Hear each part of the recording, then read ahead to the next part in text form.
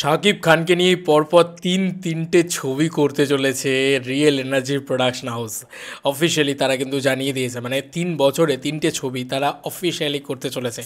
এর থেকে আনন্দের আর কী বা হতে পারে, তাই না? এটা দুর্দান্ত আনন্দের খবর একটা বলা যেতে পারে। এবং এটা কিন্তু বিভিন্ন জায়গা থেকে বিভিন্নভাবে অলরেডি বেরোচ্ছে। সিনেবাজের পক্ষ থেকেই আমি দেখছিলাম খবরটা বেরিয়েছে যে 3টে ছবি তারা একসাথে করতে চলেছে। শাহরিন আক্তার সুমি কিন্তু অলরেডি মানে একটা দারুণ দুর্দান্ত বিষয় করেছেন। এই যে এখানে পরিষ্কারভাবে লিখে দেওয়া হয়েছে, বরবাদের নাকি লগ্নি উঠবে না, বরবাদ নাকি লস প্রজেক্ট, বরবাদ প্রযোজনা করার পর নাকি প্রডিউসার দেউলিয়া হয়ে যাবে। এক বিশেষ প্রডিউসারের ভবিষ্যৎবাণী। ও আচ্ছা, যাই হোক, কাউকে একটা পোকটোক ইত্যাদি করা হচ্ছে হয়তো, আমি জানি না এক্স্যাক্টলি এই বিষয়টা কি। বরবাদ যদি লস প্রজেক্টেই হতো, তাহলে প্রযোজক কেন আরও 3টে মুভি বানানোর প্রতিশ্রুতি দিয়েছে এবং 3টার নায়কই শাকিব খান থাকবে বলেছে। এইটা হচ্ছে আগামী 3 বছরে আমরা 3টে সিনেমা বানাবো, তবে 3টেই শাকিব খানকে নিয়েই বানাবো, এই হচ্ছে তাদের বক্তব্য। দেখো, তারা কিন্তু একটা কথা বলেছে যে 3টে ছবি, মানে যা বছরে যা ছবি বানাবো সব কিন্তু শাকিব খানকে নিয়ে বানাবো না।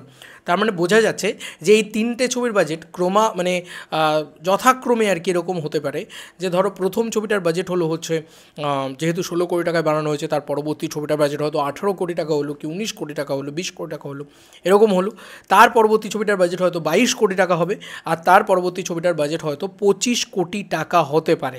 ঠিক আছে, এবং এরকমভাবেই কিন্তু আস্তে আস্তে তারা বাজেট ইনক্রিজ করবে। স্বাভাবিক ব্যাপার, বরবাদ মানুষ দেখে ফেলেছে এবং তাদের কাছ থেকে যেহেতু দেখেছে, তাদের কিন্তু এইটুকু কর্তব্য বানতা হ্যাঁ বলে না, আমরা বলি না যে এইটুকু কর্তব্য করা উচিত যে তারা আস্তে আস্তে নিজেদের ইনক্রিজ করবে বক্স অফিসটা, বাজেট ইনক্রিজ হলে বক্স অফিসও ইনক্রিজ হবে। তারাই কিন্তু বাংলাদেশের প্রথম একটা প্রযোজনা সংস্থা যারা 100 কোটির ক্লাব দিতে চলেছে সম্ভবত।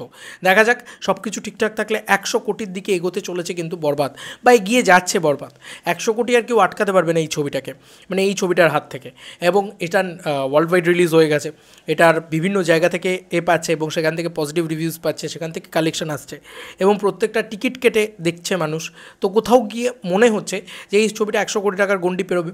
তাহলে একটা প্রডিউসার যদি 100 কোটি টাকার বক্স অফিস কালেকশন আনতে পারে, তাহলে তার লাভটা তো প্রবল, এটা তো বোঝাই যাচ্ছে একদম চোখ বন্ধ করে।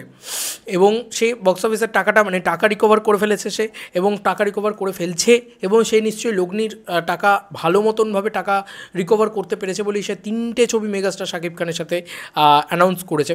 দেখো, মেগাস্টার শাকিব খান পাওয়ারটা কিন্তু হিউজ, কারণ এই রিয়েল এনার্জি প্রোডাকশন হাউসের যে ইউটিউব চ্যানেল আছে, সেই ইউটিউব চ্যানেলেও কিন্তু আমি দেখতে পাচ্ছি যে হিউজ একটা সাবস্ক্রিপশন বেস তৈরি হয়েছে। আমি তোমাদেরকে একটু দেখাই, এটা দেখে অনেক দিন ধরে আমাকে সাকিবিয়ানরা পাঠাচ্ছে এই জিনিসটা, এটা দেখে আমার ভালোও লাগছে যে 2,14,000 আর কি বলা যেতে পারে, তাদের কিন্তু অলরেডি মাত্র 42টা ভিডিও দিয়ে 2,14,000 সাবস্ক্রিপশন বেস তৈরি হয়েছে, শুধুমাত্র এই যে ফেসটা দেখতে পাচ্ছ মেগাস্টার শাকিব খানের জন্য।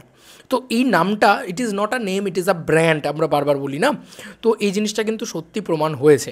এবার দেখা যাক, বাকি সমস্ত বিষয় নিয়ে তো আলোচনা করব, তবে এটা ভীষণ ইন্টারেস্টিং বিষয় যে শাকিব খান শুধুমাত্র আরও বড় বড় ছবি করছে। এবার কিন্তু 20 কোটি 25 কোটি টাকার ছবিও কিন্তু রিয়েল এনার্জি প্রোডাকশন হাউসের হাত ধরেই আসবে আমার মনে হচ্ছে বাংলাদেশে। এবং আস্তে আস্তে বক্স অফিসটাও আস্তে আস্তে ইনক্রিজ করুক, মানে 100 কোটির জায়গায় 125 কোটি, 125 কোটির জায়গায় 150 কোটি, এরকম কিছু হোক। বাংলা ছবি যে এগুলো করতে পারে, এগুলো তো কোনোদিন আমরা স্বপ্নেও ভাবতে পারতাম না। তো এটা তো শাকিব খানের হাত ধরে হচ্ছে, রিয়েল এনার্জি প্রোডাকশন হাউসের হাত ধরে হচ্ছে। তো হোক, আরও এগিয়ে যাক এবং আরও বড় জায়গায় গিয়ে পৌঁছাক এই পুরো বিষয়টা। এবং তিনটে বড় ছবি শাকিব খানের নেক্সটে রয়েছে, এটাই তো ভালো লাগছে দেখে। এবং বাকি যে তুফান 2 রয়েছে শাকিব খানের হাতে, তাই শাকিব খানের যে আপকামিং ইয়ার্সগুলো হচ্ছে, সেটা এক্সেপ্ট বরকার এক ইয়ার হতে চলেছে, মানে একটার থেকে আরেকটা বড় এই জিনিসটা কিন্তু হতে চলেছে। দেখো, আজকে তুফান একটা বিরাট ফ্র্যাঞ্চাইজি, তাণ্ডব অলরেডি বলা হয়েছে যে ইট ইজ মানে সিনেম্যাটিক ইউনিভার্স স্টার্টিং। তো এখান থেকে আরেকটা সিনেম্যাটিক ইউনিভার্স, বুঝতেই পারছো যে শাকিব খানের আপকামিং ছবিগুলো মানে যে কী হতে চলেছে পরপর, এবং Shakib Khan just can not বিটেবল সুপারস্টারের জায়গায় চলে যাচ্ছে, তাই না? আলোচনা করতে গিয়েই তো আমরা বুঝতে পারছি। তোমাদের আর কি মতামত এন্টায়ার ভিডিওটাকে নিয়ে জানিও কমেন্ট সেকশনে। চলো বন্ধুরা, নতুন কোনো ভিডিওতে দেখা হবে, বাই।